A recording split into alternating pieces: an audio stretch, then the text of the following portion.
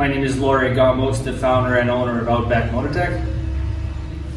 Thank you for watching our installation video for BMW F850GS, also F750GS standard pannier racks. I'll be walking you through the step-by-step installation of our pannier racks, both the X-frame version and the standard frame. It's the very same thing. I'll be talking about the recommended tools and the hardware we will supply. So the hardware we're going to supply with the right side, left side pannier racks and the cross brace will be the following: 4 top brackets,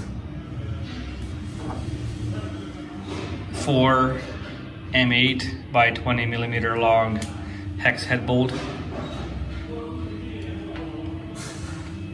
4 M6 by 20 millimeter long, also hex head bolt, and 4 M6 nylock nuts, and 2 aluminum spacers. In terms of tools, I'll be using a ratchet, extension. This is a Torx 40. This is a Torx 40 key. Also 13 millimeter socket, 10 millimeter socket, and 10 millimeter wrench or spanner. So I'll be starting the installation by removing the seat, which is necessary in order to have access to these bolts that we'll have to remove.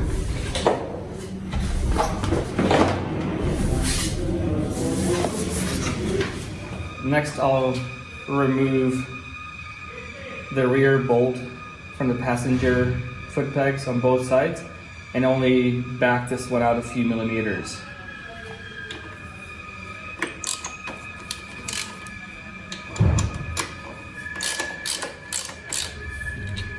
I'll drop the ratchet and just use the extension, it's faster. And this one, back it out a bit, because that's where we're going to drop in the aluminum spacer. So just have 6-7 millimeter gap there, and this one can completely be removed.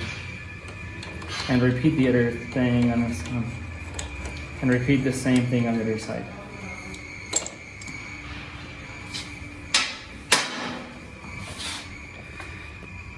So next step will be to remove 4 bolts from the subframe. 1, 2, 3, and 4. Remove those completely, and then we'll drop in the brackets and bolt them in. I'm gonna grab the T40 Torx. Extension is not necessary, but if you have it, it's okay. And the ratchet.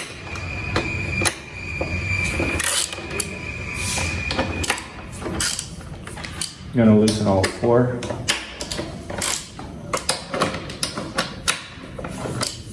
I'm gonna drop the ratchet. Just use the extension and the T40 Torx. Spin it out. So what I'm gonna do here, put this into its place, line up the mounting holes, but I'll be using some Loctite. I'm gonna apply a bit of a thread locking fluid, like this much. Line up the holes and drop it back in. Just hand thread, it's in place, leave it loose, let it rattle. Okay, and same for all 4. All 4 top brackets are in place now. I left them loose to facilitate the mounting of the pannier racks on each side. Okay, let's move to the next step. Next step will be to install the right side pannier for me. You can start with either sides. I'm gonna grab the two M8x20 bolts. Gonna apply some locking fluid in both.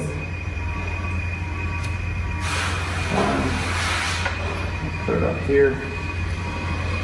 And two. In the same time, I got the 13mm socket and the extension ready. And I'm gonna keep it handy. These two tabs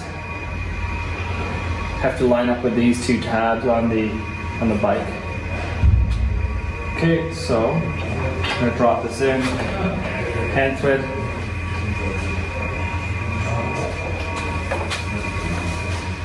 Okay, so this is in. I'm gonna drop in the other bolt for lining it up. It's easy to line up because the bracket moves enough to align the two holes. So, okay, at this point, you can let it go and move to the front. Next step for me is to reinstall the foot peg. The rear mounting hole will line up with the bracket on the pannier rack and also the bracket on the frame. I will apply some thread locking fluid. Drop the bolt in. You might have to pull on the rack with your hand until you feel that the bolt actually has gone through.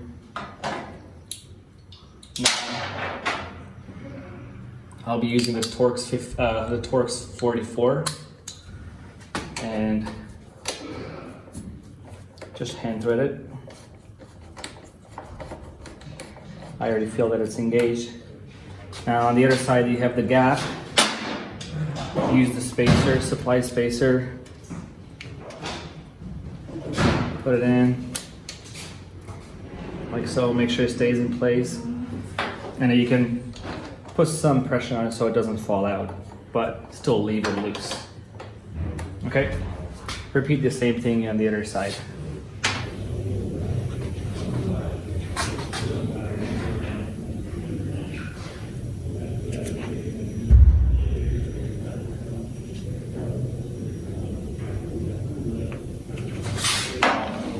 Okay, the two M8 bolts are ready to go in. One. I'll start with the one up top and front, so it keeps the rack a bit centered. So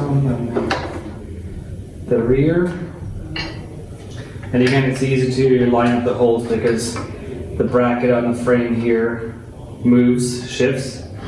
So already hand threaded both, nice and easy. Now we'll do the front and the passenger foot peg. Same. And apply some locking fluid. Line up the holes. Move it around a bit if it's necessary. I'm gonna grab the T40. Drive it in. And for me, it's already in. And here with the space, just plug it in with this. If it's not going in, just move the bolt back a bit. Drop in the spacer. Keep it a bit tight so it doesn't fall out. And then it's all good back here. Now we can move on to installing the cross brace. So finally, it's time to install the cross brace. Make sure the orientation, the short side goes on the exhaust, the long side goes on the left side of the bike. The brace will be pointing down a bit and not up. You can also get the M6 bolts and locking nuts ready. I've got all of them in my hand. The tabs on the cross brace go on the inside of the tab on the Pannier frames. One here.